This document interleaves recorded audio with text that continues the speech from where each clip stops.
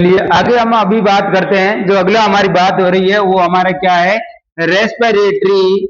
अगली हम बात करते हैं वो हमारा क्या है, रेस्पिरेटरी एल्कलोसिस। क्या है, रेस्पिरेटरी एल्कलोसिस, रेस्पिरेटरी एल्कलोसिस। अभी इनकी बात करते हैं, किसकी, डेफिनेशन की। डेफिनेशन क्या होगा, यहाँ देखिएगा, डिग्रीज, क्या होगा, degrees S plus iron in the blood due to alveolary hyperventilation। ठीक है, हम बात कर रहे हैं जब हमारी एल्वेलाई, जो लंग्स की एल्वेलाई वो ज्यादा वेंटिलेट करेगी तो CO2 पूरा वॉश आउट कर देगी, और CO2 पूरा वॉश आउट हो गया तो हमारे को पता है, आपको CO2 पूरा वॉश आउट हो रहा है तो हमारा यहाँ जो है वो क्या कर रहा है, यहाँ H प्लस आयन क्या हो जाएगा, घट जाएगा, क्योंकि CO2 वॉश आउट हो गया। CO2 सारा रिटेंशन रहता तो एसिडोसिस कर देता, सारा लंग्स के अंदर इंटेंशन रहता था तो वो एसिडोसिस कर देता। CO2 सारा वॉश आउट हो गया तो H प्लस आयन क्या हो गई, कम हो गए। अब हम बात करते हैं इनका कारण क्या है, किसकी वजह से हमारे को रेस्पिरेटरी एल्कलोसिस देखने को मिल रहा है। तो देखिएगा, जब हमने बात की किसकी वजह से, हाइपोऑक्सिया, टिश्यू के अंदर कम ऑक्सीजन थी तो हमारे एल्वेलाई ने बहुत ज्यादा वेंटिलेशन किया, तो वेंटिलेशन किया तो CO2 बाहर वॉश आउट कर दिया, तो हमारे कंडीशन क्या हो गई, रेस्पिरेटरी एल्कलोसिस हो गया। जब हमारे को क्या हो रहा था, हिस्टीरिया, जो आपने देखा होगा मिर्गी के जो दाने आते हैं वो हिस्टीरिया है, या फिर पेशेंट को क्या हो रही है, बहुत ज्यादा एंजाइटी हो रही है।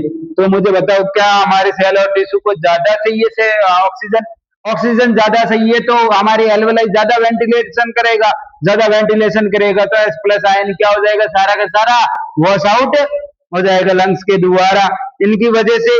या फिर हमने कहा मैकेनिकल वेंटिलेशन दे रहे हैं, या फिर क्या कर रहे हैं हम लोग, मैकेनिकल वेंटिलेशन का दे रहे हैं, मैकेनिकल वेंटिलेशन दे रहे हैं तो भी हमारा क्या नहीं कर पा रहे हैं, हम बार बार से क्या कर रहे हैं, मैकेनिकल वेंटिलेशन मतलब किसी मशीनों से वेंटिलेशन दे रहे हैं तो भी वो सारा का सारा CO2 क्या हो रहा है, अंदर ही जो बाहर इंटेंशन हो रहा है, और जितने धीरे धीरे आपको पता है कि हमारा मेडुला ऑब्लिंगेटा काम करना बंद कर देगा, जिनकी वजह से ये एल्वेलाई धीरे धीरे क्या होने लग जाएगी, हाइपर वेंटिलेशन करती करती अब काम नहीं करेगा तो भी समस्या हमारे सामने आ जाएगी, मैकेनिकल वेंटिलेशन की वजह से भी। और पेशेंट को फीवर हो गया है तो भी हमारे को पता है, आपको सेल और टिश्यू को ऑक्सीजन सप्लाई ज्यादा चाहिए, एल्वेलाई ज्यादा वेंटिलेशन करेगी, और यदि पेन हो रहा है पेशेंट को तो भी हमारे जो है सेल और टिश्यू इसको ज्यादा एक्टिवेट कर देगा, और जिनकी वजह से इनको देखने को मिलेगा। ये तो थे इनके इटियोलॉजी। अब हम बात करते हैं क्लिनिकल मैनिफेस्टेशन, क्या क्या इनमें जो है सिम्टम देखने को मिलेगा जो कि क्लिनिकल मैनिफेस्टेशन के अंतर्गत आता है। कौन कौन से जो क्लिनिकल मैनिफेस्टेशन है, जिनको हम क्या कहते हैं, sign and symptom. Clinical manifestation की बात कर देते हैं तो देखिएगा, यहाँ सबसे पहले जब हमारे को रेस्पिरेटरी एल्कलोसिस है तो क्या हो जाएगा, हाइपर वेंटिलेशन कर रहा है। सबसे पहले ही हमको क्या देखने को मिलेगा, पेशेंट बहुत ज्यादा वेंटिलेशन कर रहा है, CO2 वॉश आउट कर दिया, इसीलिए हमको क्या देखने को मिल रहा है, ये कर रहा है।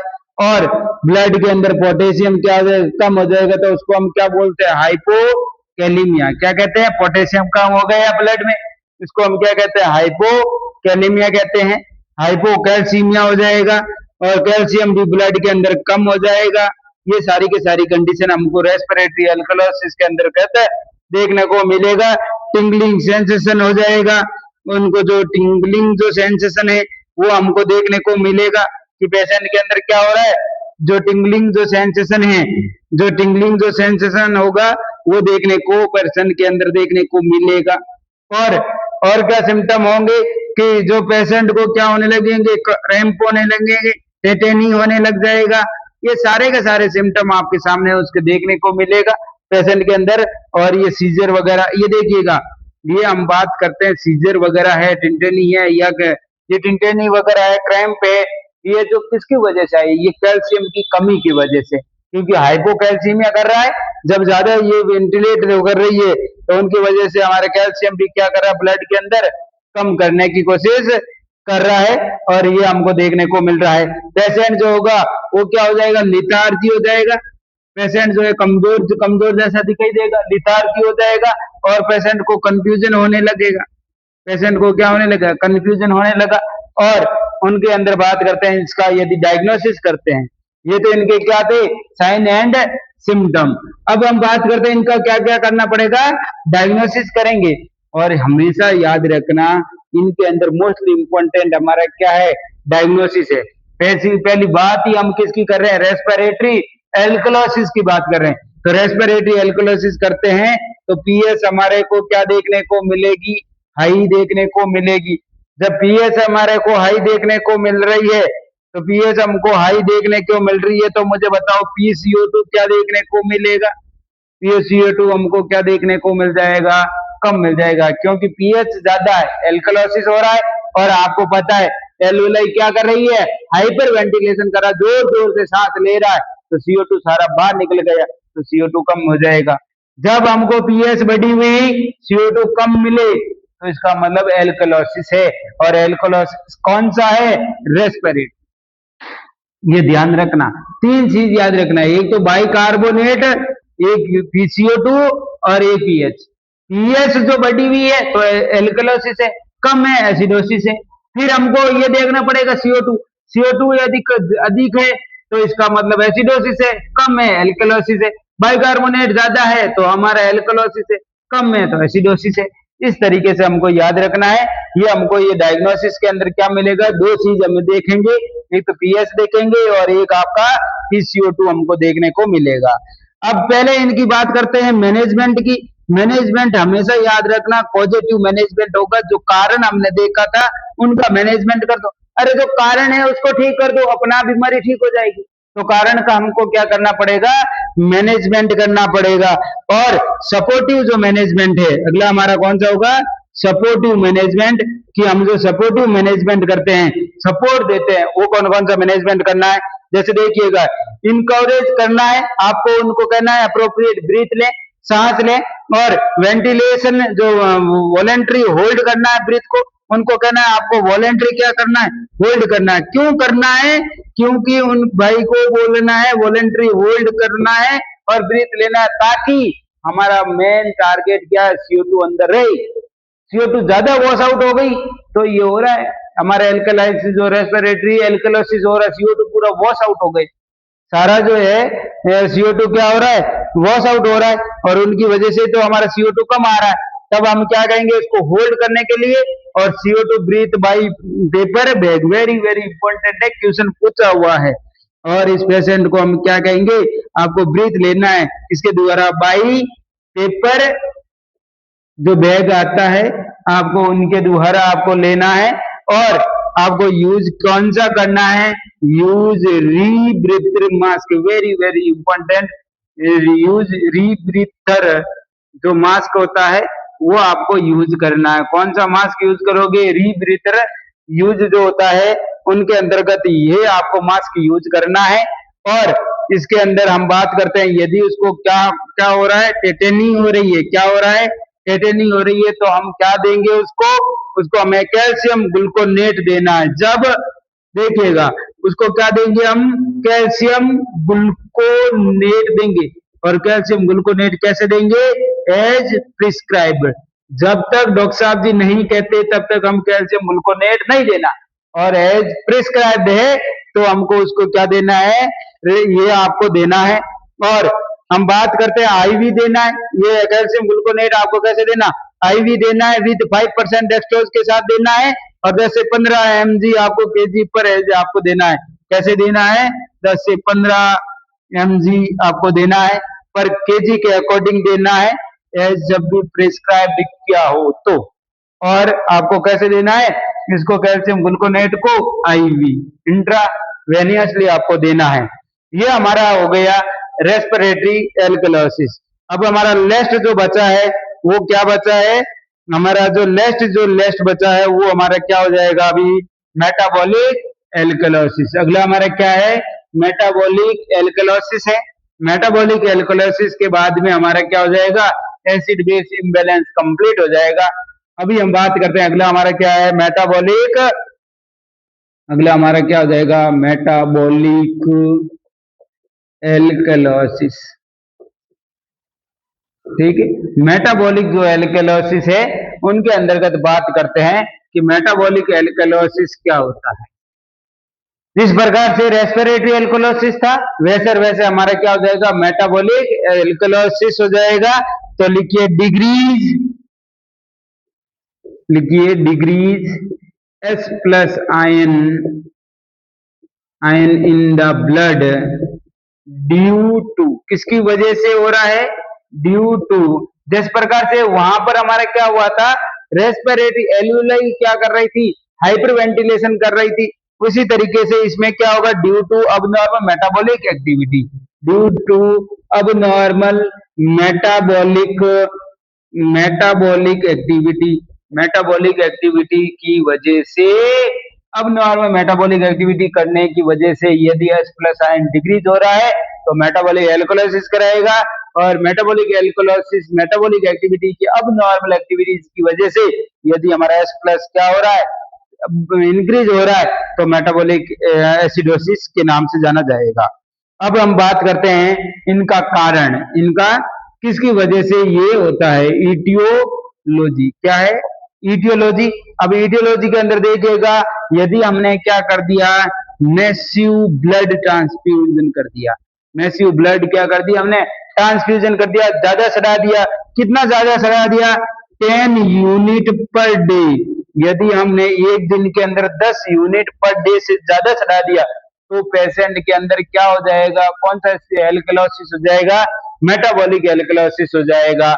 और दूसरी बात करते हैं, यदि आपने क्या कर दिया, पेशेंट एक्सेसिव में क्या कर रहा है, रे वॉमिटिंग, मैंने आपको बोला था ना कि हमने जब भी वॉमिटिंग करते हैं, जब भी बाहर निकालते हैं तो एसिड बाहर निकल जाता है, पीछे एल्कलोसिस बनता है, और निकला कहां से, जीआई सिस्टम से, मतलब मेटाबॉलिक एक्टिविटी से, तो हमारे क्या हो जाएगा, मेटाबॉलिक एल्कलोसिस हो जाएगा।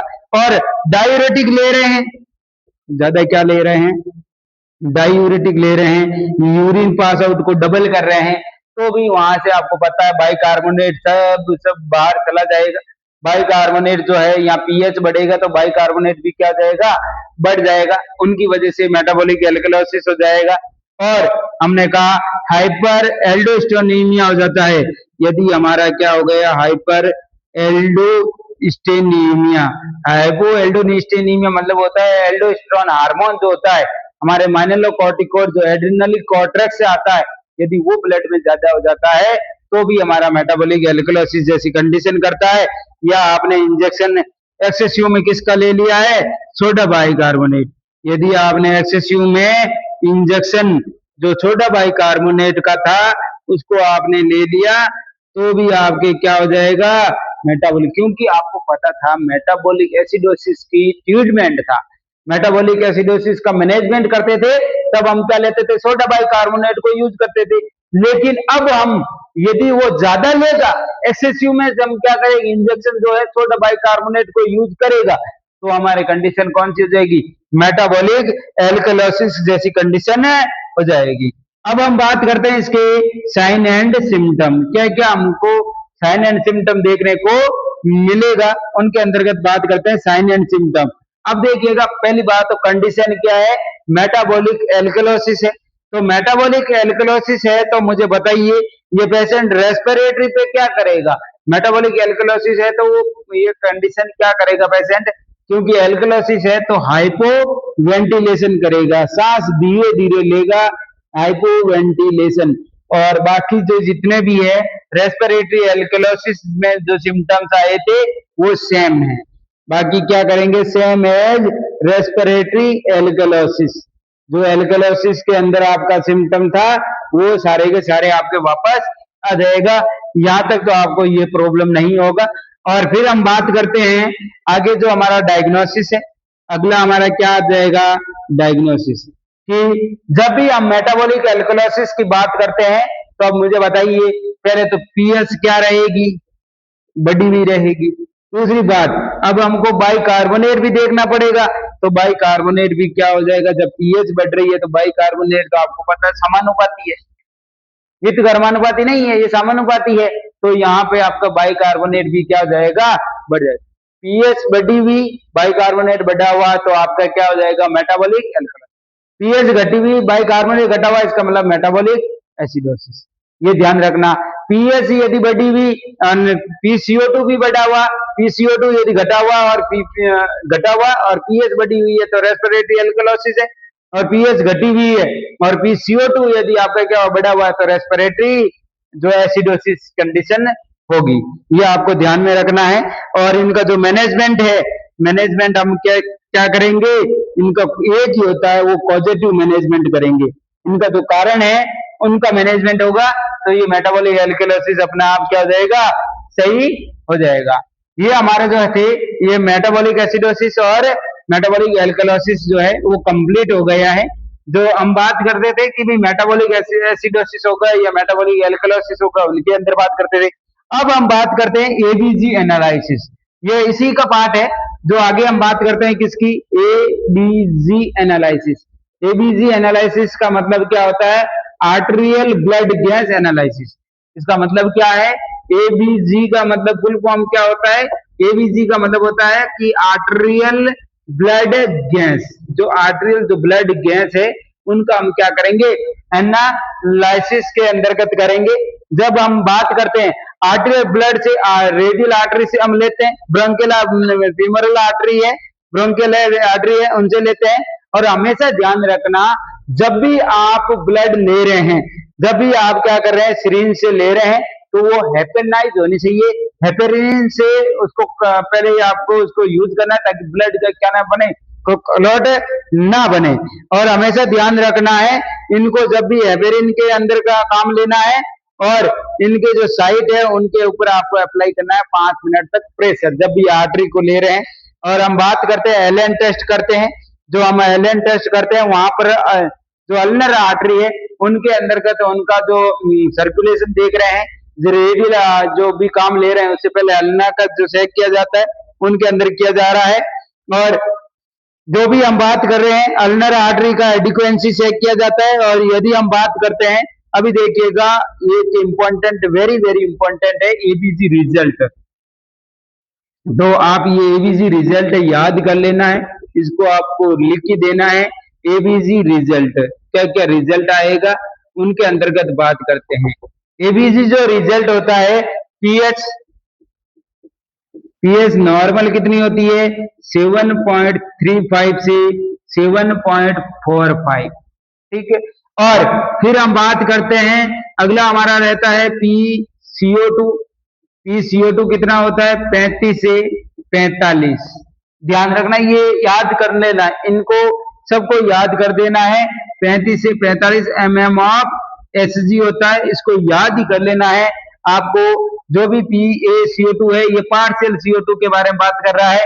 और बाइकार्बोनेट की बात करें तो बाइकार्बोनेट आपका जो है वो कितना होता है, 21 से 28 माना जा रहा है। 21 से 28 जो है वो आपका क्या है, माइक्रोग्राम पर लीटर है। माइक्रोग्राम जो है माइक्रोलीटर होते हैं, जो भी है इनके अंतर्गत देखा गया है। और PCO2 के अंदर बात करते हैं, PO2 की बात करते हैं, पार्शियल ऑक्सीजन की बात करते हैं, तो वो 100 से 80 से 100 mm ऑफ Hg होना चाहिए। जो है 80 से 100 mm ऑफ Hg होना चाहिए। और यदि हम बात करते हैं किसका, फिर ये इतनी वैल्यू आपको याद रखना है। ये मेन इंपॉर्टेंट देखिएगा, पीएच याद रखनी है आपको, जो भी आपकी पीएच है 7.35 से 7.45। पीसीओ2 याद रखना 35 से 45 होता है। बाइकार्बोनेट को याद रखना 21 से आपका कितना होता है, 28 जो है वो आपका क्या होता है, बाइकार्बोनेट होता है। ये आपको इसे याद रखना है, किसकी किसकी क्या बात कर रहे हैं उनके अंतर्गत बात याद रखना है। और अभी देखिएगा, ये तो आपने याद रखना ही है। और अभी देखिएगा कुछ चीजें और भी हैं इनके अंदर ये ऐड होती है, क्योंकि आपकी एबीजी से आर्टेरियल ब्लड और गैस के अंतर्गत एसिड बेस इम्बैलेंस से कोई क्वेश्चन गलत नहीं होना चाहिए, ये ध्यान रखना है। तभी आपको सारा बताया जा रहा है। हमेशा पीएच जो आपको बताया गया है और देखिएगा यहाँ कुछ वर्ड आते हैं कंपनसेट, जो अलग अलग कंपनसेशन आता है, कंपनसेशन आता है। और दूसरा जो एक वर्ड आ गया कंपनसेशन, दूसरा आ गया पार्शियल कंपनसेशन, अगला वर्ड क्या आ गया पार्शियल कंपनसेशन। और थर्ड जो आ गया वो आ गया अनकंपनसेशन। क्या हो गया अनकंपनसेशन। ये तीन वर्ड और भी ऐड कर लेना, इनको याद रखना। जब भी हम बात करते हैं कंपनसेशन का मतलब क्या हो गया पीएच नॉर्मल है। कंपनसेशन का मतलब क्या है पीएच हमारी क्या है नॉर्मल है, उसको हम कंपनसेशन कहते हैं। पार्शियल जो होता है, पार्शियल जो कंपनसेशन होता है उनको क्या कहते हैं हम, जो भी ऑपोजिट, जो भी हमारा क्या होगा ऑपोजिट जो भी इंडिकेटर है, ऑपोजिट जो भी इंडिकेटर होगा वो ऑपोजिट इंडिकेटर क्या हो जाएगा अब नॉर्मल। क्या हो जाएगा अब नॉर्मल होगा। जो भी हो गया वो हमारा जो ऑपोजिट इंडिकेटर है वो क्या हो गया अब नॉर्मल हो गया। ऑपोजिट इंडिकेटर अब नॉर्मल हो गया तो हमारा क्या हो जाएगा पार्शियल कंपनसेशन हो जाएगा। और यदि ऑपोजिट इंडिकेटर, यदि ऑपोजिट इंडिकेटर जो है ऑपोजिट जो इंडिकेटर है वो सारा सारा आपका क्या आ रहा है नॉर्मल आ रहा है, तो इसका मतलब क्या हो गया ये आपकी पीएच सही है। इनके अंतर्गत हम बात करते थे जो भी ऑपोसाइट है या ऑपोजिट है ये इंडिकेटर देखिएगा। तीन चीज याद रखनी, किस चीज याद रखनी है एक तो पीएच यदि नॉर्मल है तो हम कहेंगे कंपनसेटरी है। यदि पीएच हमारी क्या है अब नॉर्मल है, पीएच हमारी जो होती है वो ऑपोजिट इंडिकेटर क्या आ रहा है अब नॉर्मल आ रहा है, तो इनको हम क्या कहेंगे पार्शियल कंपनसेशन है। और यदि यदि पीएच हमारी क्या आ रही है ऑपोजिट इंडिकेटर नॉर्मल है तो उसको हम क्या बोलेंगे अनकंपनसेशन। ध्यान रखना। अभी एक एग्जांपल देते हैं, उसी एग्जांपल के अकॉर्डिंग आप क्वेश्चन को सॉल्व करना, फिर आपको पता चल जाएगा।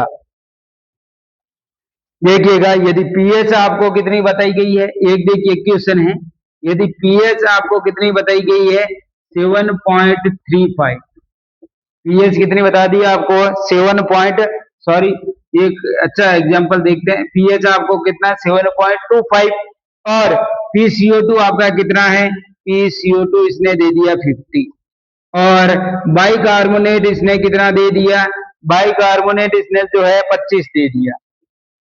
देखो जब पीएच कितनी दे दी 7.25 और PCO2 कितना दे दिया 50 और बाइकार्बोनेट कितना दे दिया 25। देखिए पहली बात तो यहां से पीएच क्या आ गई आपकी 25, 7.25 आ गई और नॉर्मल पीएच कितनी होती है 7.35 से 7.45। इसका मतलब पीएच तो घट गई, पीएच घट गई इसका मतलब एसिडोसिस तो हो गया, पीएच घट गई इसका मतलब एसिडोसिस तो है।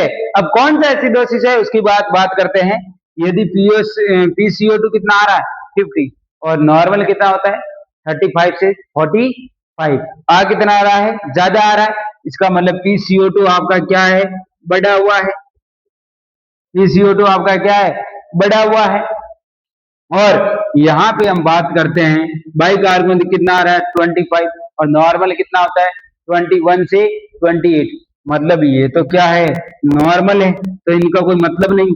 और मैंने आपको बताया था कि पीएच यदि घटती है तो हमारे को बताया गया है कि बाइकार्बोनेट तो क्या हो जाएगा घटेगा, लेकिन इसमें घटा हुआ नहीं है तो यहाँ कोई नहीं होगा, ठीक है यहाँ नॉर्मल है।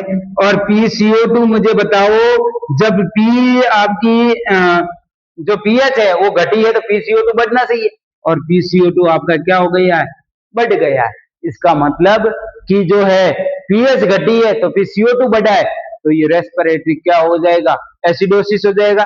तो लो चलिए ये तो हो गया रेस्पिरेटरी एसिडोसिस, ये क्या हो गया रेस्पिरेटरी एसिडोसिस हो गया। साथ में क्या है ऑपोजिट इंडिकेटर, इन दोनों का ऑपोजिट इंडिकेटर क्या है नॉर्मल है, तो नॉर्मल को मैंने अभी बताया कि ऑपोजिट इंडिकेटर क्या आ रहा है नॉर्मल आ रहा है, तो उसको क्या बोलते हैं अनकंपनसेशन। क्या कहते हैं अनकंपनसेट कह दीजिए, ये अनकंपनसेट रेस्पिरेटरी जो एसिडोसिस विद क्या हो जाएगा आपका विद अनकंपनसेशन। अनकम्पनसेट हो गया। चलिए एक और एग्जाम्पल देख लेते हैं। एग्जाम्पल को देखते हुए आपको सी समझाएंगे। समझ में आ रहा है क्या?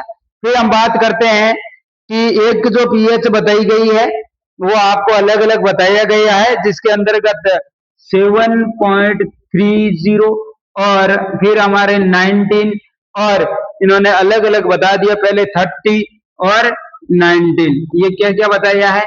पीएच बता दी, और हमने बात कर दिया क्या, ये CO2 बता दिया, और हमने बात कर दी ये हमारा क्या बता दिया, बाइकार्बोनेट बता दिया। ये तीनों चीजें इन्होंने बता दी कि ये चीजें होती है। अब मुझे बताइए, देखिए इधर ध्यान दो, अब यहाँ पे वेरी वेरी इंपॉर्टेंट है कि देखो पीएच घट गई। चलिए पीएच घट गई तो एसिडोसिस तो हो गया, पीएच घट गई इसका मतलब एसिडोसिस तो हो गया। अरे भैया पीएच जो है 7.35 से कम हो गई तो एसिडोसिस तो हो गया। और यहाँ पर CO2 देखो, CO2 कितना 35 से 45, मतलब CO2 भी तो घटा हुआ है, CO2 भी तो घटा हुआ है, CO2 भी घटा हुआ है। और आपको हमेशा याद रखना ये CO2 घटा हुआ है, बाइकार्बोनेट भी क्या है, घटा हुआ है। CO2 भी घटा हुआ, बाइकार्बोनेट। और मैंने आपको क्या बताया, पीएच समानुपाती किसके हैं, बाइकार्बोनेट के हैं और CO2 के हैं। अब मुझे बताओ पीएच घटी तो CO2 तो बढ़ना चाहिए, घटा हुआ है तो इसका कोई मतलब ही नहीं, ये घट गया तो इसका तो कोई मतलब ही नहीं रहा। अब यहाँ पे यदि पीएच घटी तो बाइकार्बोनेट घटना चाहिए, बाइकार्बोनेट घटा है। पीएच CO2 बढ़ना चाहिए लेकिन नहीं बढ़ा, घटा तो इसका कोई मतलब ही नहीं। अब यहाँ बाइकार्बोनेट घटा, इसका मतलब बाइकार्बोनेट जो है घट गया, इसका मतलब क्या हो गया, ये कैसा एसिडोसिस है, मेटाबॉलिक एसिडोसिस। यहाँ तक समझ में आ गया क्या? ये हमारा कैसा हो गया, मेटाबॉलिक एसिडोसिस हो गया, मेटाबॉलिक एसिडोसिस हो गया। अब विद मेटाबॉलिक एसिडोसिस के विद क्या हो जाएगा, ऑपोजिट इंडिकेटर कैसा दिख रहा है आपको, नॉर्मल दिखाई दे रहा है। क्या ऑपोजिट इंडिकेटर का मतलब है इन दोनों के ऑपोजिट CO2 है, और CO2 जो है वो CO2 आपको कैसा दिखाई दे रहा है, नॉर्मल होता है, तब तो हम क्या कहते हैं, ये नॉर्मल हो गया तो हम क्या कहेंगे, अनकंपनसेट। अब नॉर्मल नहीं है तो पार्शियल क्या हो जाएगा, पार्शियल कंपनसेशन हो जाएगा। क्या हो जाएगा, पार्शियल कंपनसेशन हो जाएगा। क्या हो जाएगा, पार्शियल कंपनसेट हो जाएगा। और यही हमने बात की। ये आज तक हमारा जो था वो था एक मेटाबॉलिक एसिड बेस इम्बैलेंस का, वेरी वेरी इंपॉर्टेंट है। हर कंपटीशन एग्जाम में इससे बारे में आपको क्वेश्चन पूछते हैं।